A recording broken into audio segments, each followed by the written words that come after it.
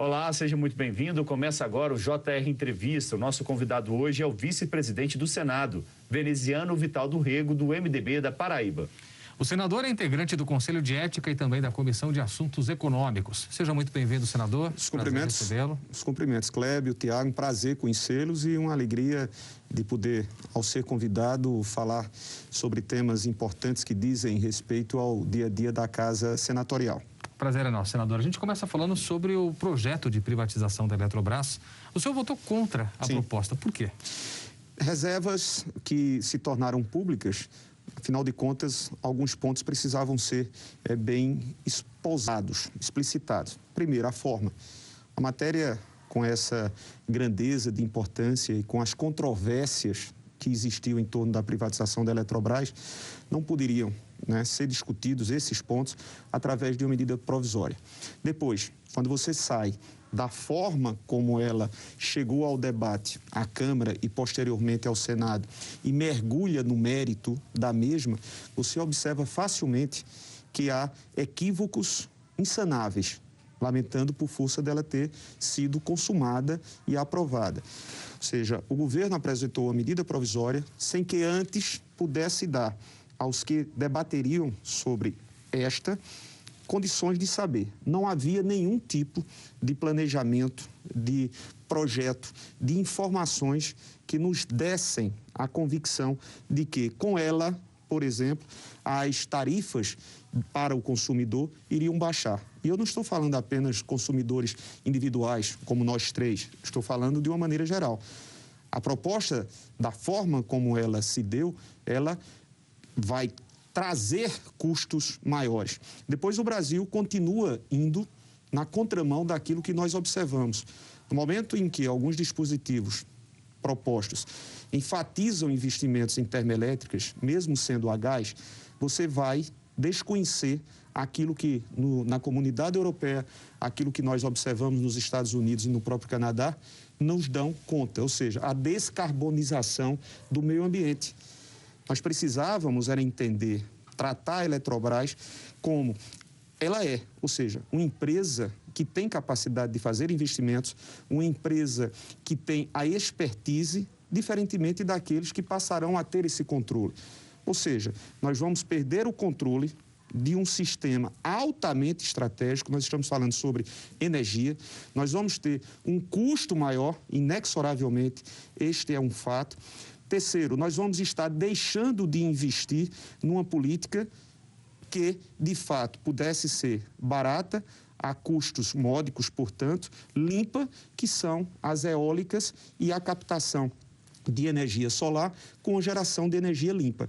Então, alguns pontos que foram observados para que nós não levássemos mais tempo, mas não houve convencimento nem da minha parte, nem de um bom número de senadores. Afinal, nós deixamos de ter um sucesso nesse debate por força de 3 votos apenas. Eu acho que foi altamente danoso, haverá de ser, lastimavelmente, e eu quero muito estar aqui, quem sabe, a dizer que errei na minha apreciação, mas será muito danoso ao Brasil o fato de nós perdermos o controle sobre a Eletrobras. Senador Veneziano, teve uma questão muito polêmica durante todo esse processo de capitalização, venda de ativos da Eletrobras, que é a questão das termoelétricas que o senhor citou aqui.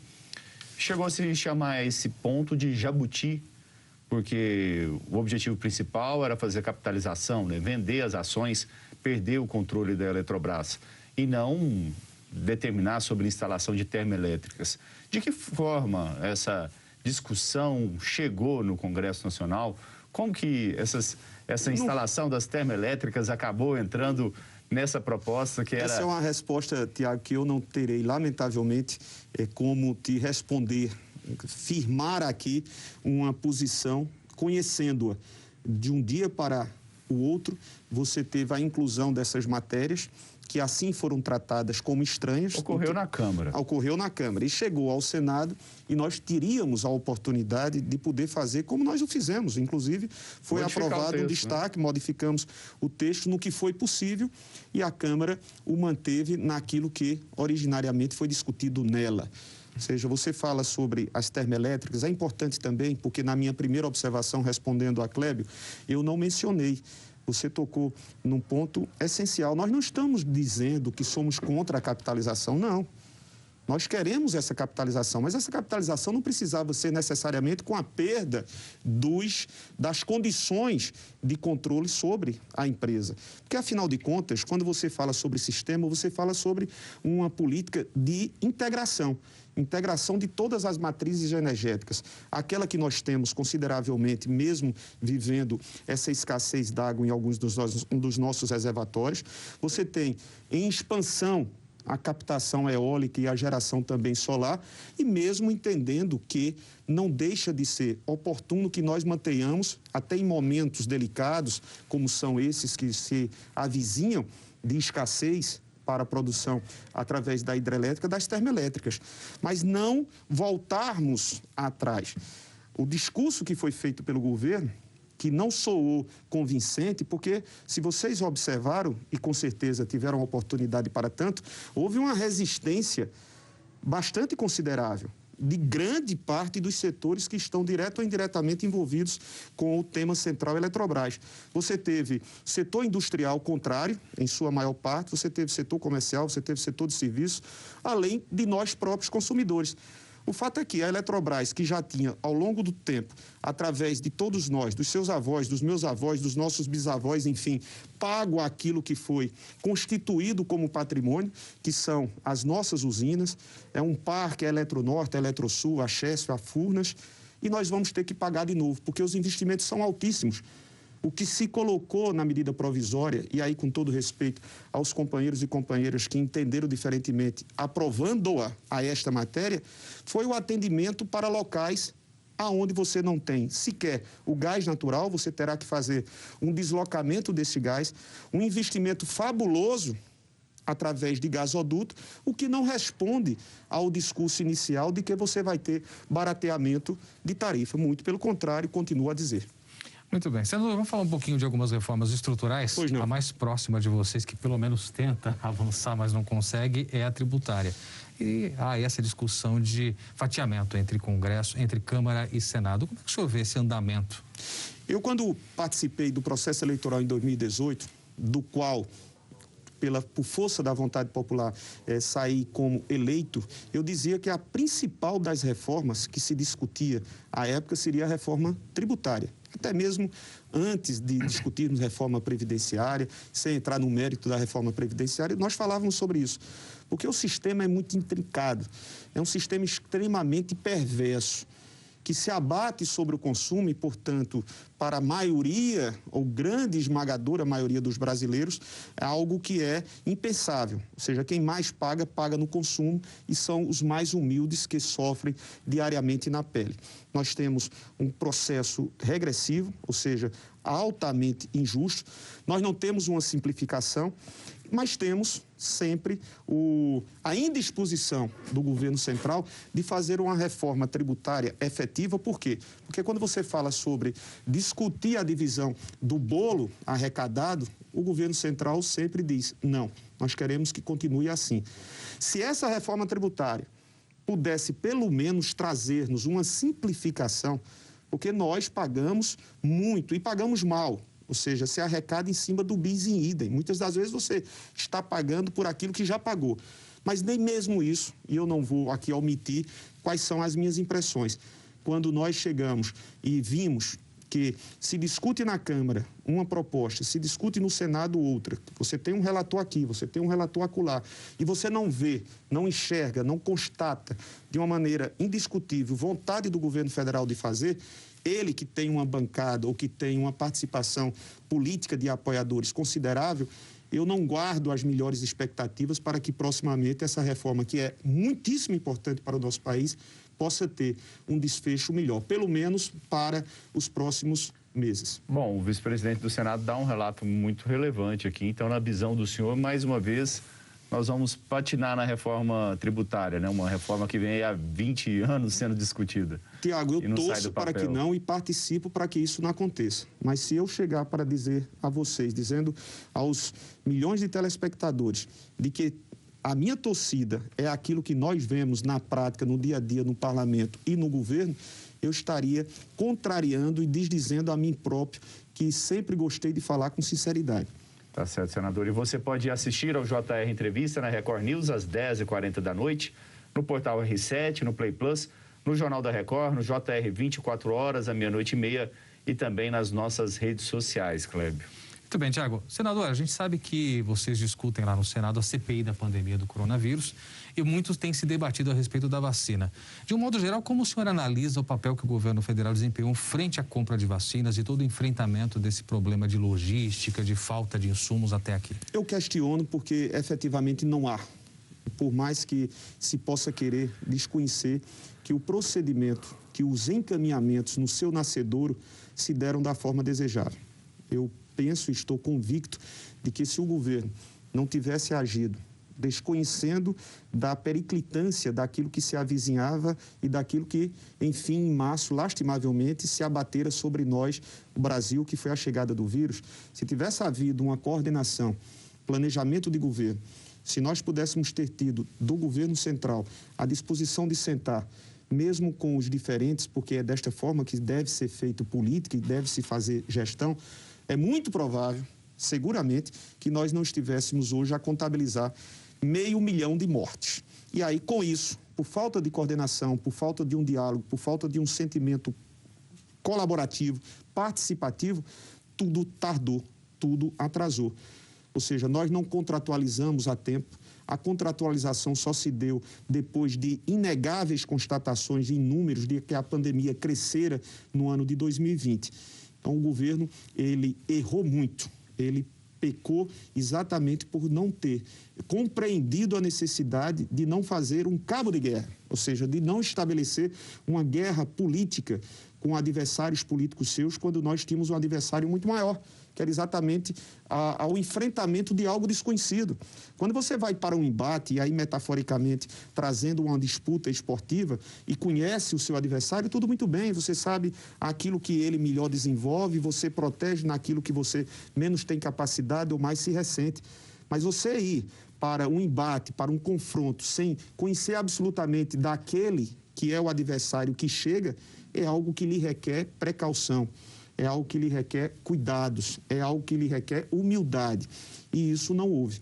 O governo errou e, repito, grande parte do que nós estamos, lastimavelmente, a experimentar nos dias de hoje, sem uma perspectiva, porque nem eu posso dizer, nenhum de nós pode dizer quando essa pandemia chegará ao ponto em que nós estaremos a fazer essa transição, que é uma transição pelos infectologistas, pelos cientistas, os conhecedores, e nós não poderíamos negar esta ciência, e não podemos negar essa ciência, de que isso só chegará quando atingirmos 70% da nossa população vacinada com 2 doses.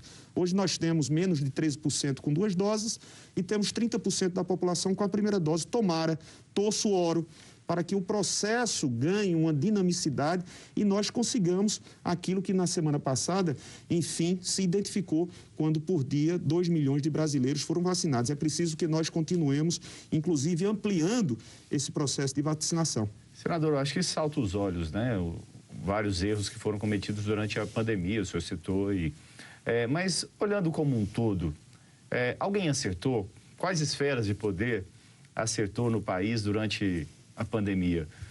Dá para citar alguns acertos? Porque o que a gente vê, basicamente, foram erros, né? Até por conta do ineditismo, né? Da dificuldade, ninguém estaria exatamente preparado para combater a pandemia. É verdade. Quando você tem uma situação de desconhecimento, a qual eu mencionei na minha resposta anterior, requer de você medidas não heterodoxas. Requer de você certo conservadorismo. E qual foi o conservadorismo? O conservadorismo calcado e baseado naquilo que a ciência experimentária dizia. Qual foi o conservadorismo? Aquilo calcado nas experiências lastimáveis, mas que começaram a ocorrer no primeiro momento, que foram as vivenciadas pelos países da comunidade europeia, vide a Itália, a Alemanha. Então, se você tem como base uma referência, Tiago, você não pode perdê-la. Se você não conhece, se você não sabe que vírus ou qual é a condição dele, qual é o seu alcance, não é, extremamente letal, que você tivesse um comportamento mais conservador. E qual era o comportamento conservador? Garantir o isolamento, garantir o distanciamento físico, garantir um novo comportamento de hábitos, que são os de nos assearmos, de termos os cuidados para usar as máscaras. Então, me perdoe se eu não estiver na linha do seu convencimento. Eu penso que nós tivemos, sim, algumas autoridades que se comportaram, primeiro, respeitando aquilo que a ciência ditara. Depois, alguns que também, tendo experiências externas, puderam reproduzi-las aqui. Então, eu não posso colocar a todos como responsáveis ou como não tendo tido, né, posturas que demonstrassem aquilo que de fato seria razoável para o momento. Nós não estamos aqui para fazer simplesmente a indicação, o apontamento, fazer julgamentos, mas não há dúvidas de que algumas referências administrativas, elas podem ressaltar por força do comedimento, do equilíbrio e da postura, da posição, que muitas das vezes era desagradável. Ora, qualquer um de nós não pode se dizer confortável durante um período em que nós tivemos que os ficar... números como um todo do país, e olhando pelos estados também, os números são muito ruins, né? Poderiam ser piores. Lhe garanto que poderiam ser piores. Lhe garanto não sou eu que estou a dizer. Mas se nós tivéssemos simplesmente adotado um afrouxamento, basta que você observe que no final do ano, quando você tinha uma linha razoavelmente equilibrada, aí nós tivemos, eu me recordo bem, dois feriados nacionais. Com esses 2 feriados nacionais, eu acho que o de novembro, antes mesmo dos festejos natalinos. Né? Logo em seguida, 20 dias depois, em janeiro, mesmo não tendo o período de festividades, Réveillon, com as aglomerações aos milhões, nos diversos locais como nós sempre o fizemos, você fazia dentro de casa, você fazia clandestinamente, você fazia em outros ambientes. E não tardou muito para que nós verificássemos o estourar, né, do número de infectados.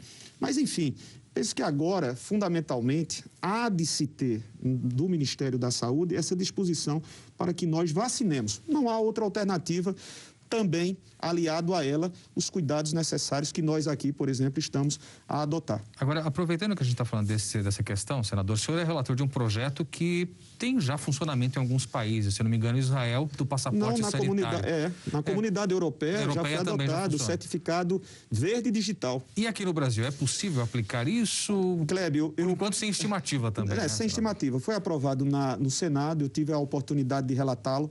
É um projeto de autoria do senador Carlos Portinho, do Rio de Janeiro. Importante. Eu penso que mesmo em meio às controvérsias, às discussões, que são naturais para um tema novo, o que ele traz consigo é exatamente a tranquilidade que se dá ao cidadão Clébio que estiver imunizado de poder fazer aquilo que é direito seu, de deslocar-se. Não é outra a intenção. Na medida em que você ainda tem a necessidade de adotar preventivamente as atenções necessárias, ou mesmo medidas preventivas de isolamento, de fechamento, você tem, por outro lado, um processo que vai ocorrendo, que é a imunização. O certificado proposto, repito, pelo senador Carlos Portinho, não é nada de novo. Não veio senão pela experiência europeia. Se temos o caso agora, nós estamos tendo na Europa uma competição envolvendo mais de 20 seleções.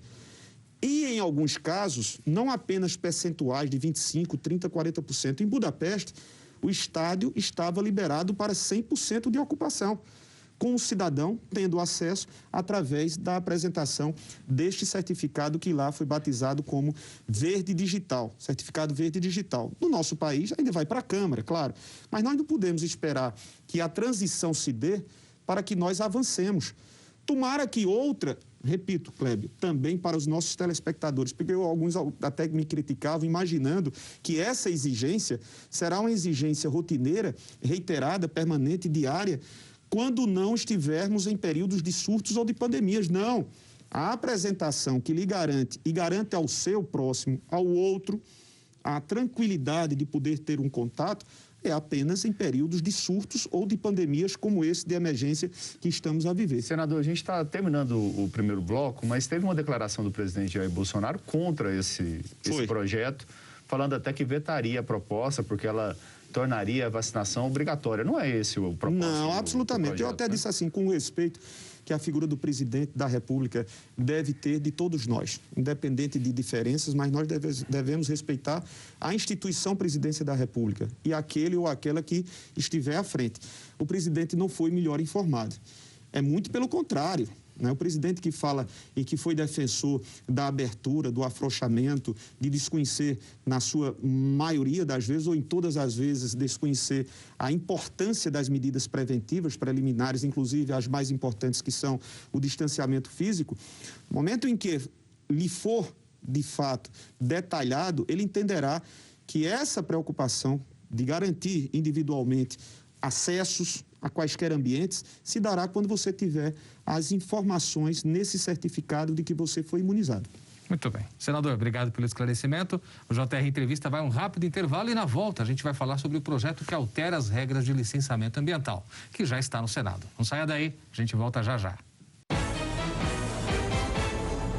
Estamos de volta com o JR Entrevista, aqui com a gente hoje o senador Veneziano Vital do Rego, do MDB da Paraíba.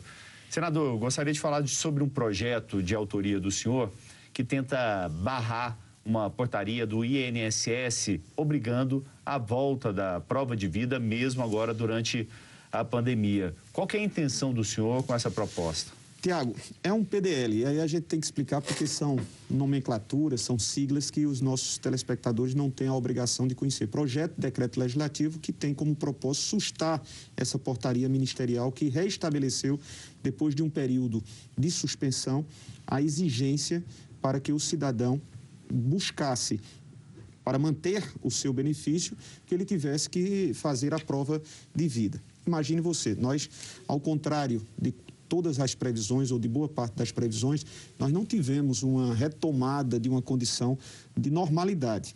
Nós tivemos a dita segunda onda, já se fala numa terceira onda, enfim. E milhões de brasileiros, pelo menos 6 milhões de brasileiros, ainda não fizeram essa prova de vida. Quer dizer, são pessoas que não tiveram acesso, porque tem um aplicativo também. Tem um aplicativo, mas muitas das vezes, inclusive, você há de convir que em algumas regiões você não tem a internet, você não acessa. Nossa velha dificuldade, né? Exatamente. De pessoas não ter acesso. Não ter acesso. E nós estamos falando de quem? Nós estamos falando de pessoas com uma idade avançada. Nós estamos falando, muitas das vezes, de cidadãos, cidadãs que não têm condições físicas até mesmo de fazer por si esse deslocamento na dependência de um terceiro esse que pode não estar vacinado. Então, o nosso propósito, quando assim o fizemos, eu quero aqui fazer um registro, porque fui muito bem recebido pelo presidente do INSS, inclusive é um conterrâneo nosso, doutor Leonardo Rolim, e ele me explicava, ele disse, olha, senador, nós ainda temos, nós não vamos suspender o pagamento desses recursos, nós vamos fazer o bloqueio durante um período de 3 meses até o tempo ou o momento em que as pessoas assim se apresentem. Por exemplo, quando elas forem receber direta e pessoalmente o seu benefício mensal. E foi aonde eu voltei a redargui-lo de que é exatamente esse o ponto central, o cerne. Ou seja, nós poderíamos muito bem esperar, não haveria quaisquer prejuízos, entendendo essas realidades. Eu garanto que você já viu cenas deprimentes. Garanto que você, Clébio, da mesma forma como eu. Em especial e particularmente nas regiões como o meu Nordeste, na região Norte, onde você tem essas limitações. O que nós propusemos foi isso. E é importante, depois que nós, com as graças de Deus, superarmos essa situação desastrosa, tão crudelíssima que é essa pandemia, que o próprio INSS criasse outras alternativas que não impusessem essas situações extremamente constrangedoras e, me permito dizer, sem exagero, desumanas. Senador, o senhor faz parte da Comissão de Meio Ambiente. Sim. E o projeto que trata do licenciamento ambiental, aprovado pela Câmara, vai ser discutido agora no Senado. Qual a sua opinião sobre ele? Da maneira como foi discutido, Kleber, é mais ou menos parecido como se deu em relação à Eletrobras. É você não reconhecer que um tema de tamanha magnitude, tão complexo e, portanto, com tantas controvérsias, chegue ao Senado como na Câmara foi discutido. Você vai dizer, Veneziano, mas esse projeto já existia há cerca de 17 anos, precisamente em 2004. Sim, mas entre o que originalmente você tinha em 2004 e para o que de fato foi ao término aprovado, há uma diferença abissal, colossal.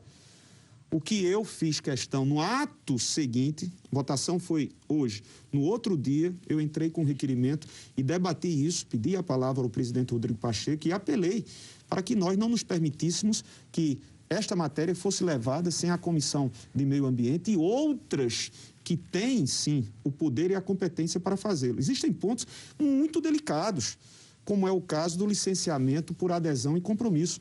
É chegar, Tiago, e dizer, não, simplesmente eu estou fazendo aqui um investimento, eu vou fazer uma empresa, eu vou fazer uma atividade e estou dando aqui a reconhecer que não há nenhum tipo de empecilho, não há nenhum tipo de consequência danosa ao meio ambiente. E nós temos que tomar a tua palavra, Tiago, como a de fé.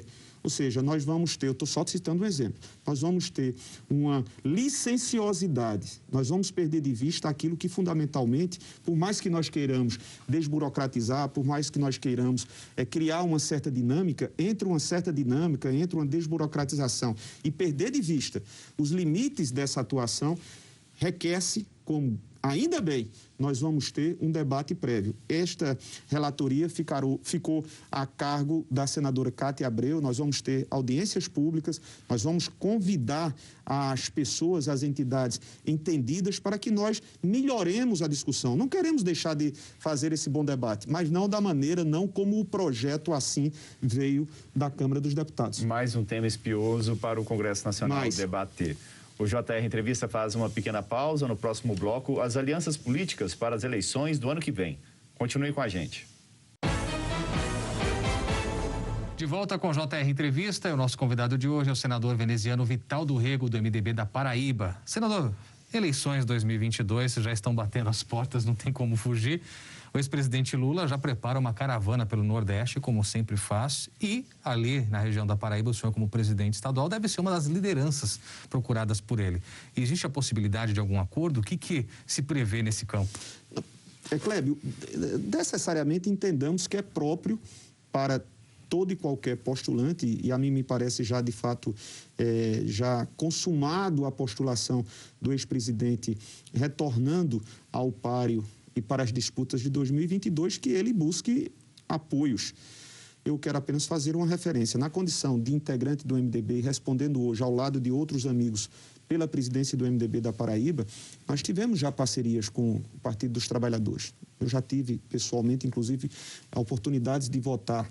Então, não haverá nenhum tipo de dificuldade, portanto, de limitação, de constrangimento em receber, caso se confirme essa visita. A primeira notícia que se dera há cerca de 60 dias, de que ele faria as visitações aos estados nordestinos, acertadamente, ponderadamente, ele recuou por força dessa situação. Figuras públicas como o ex-presidente, figuras públicas como o atual presidente, não há como evitar aglomerações. E é extremamente questionável para o momento.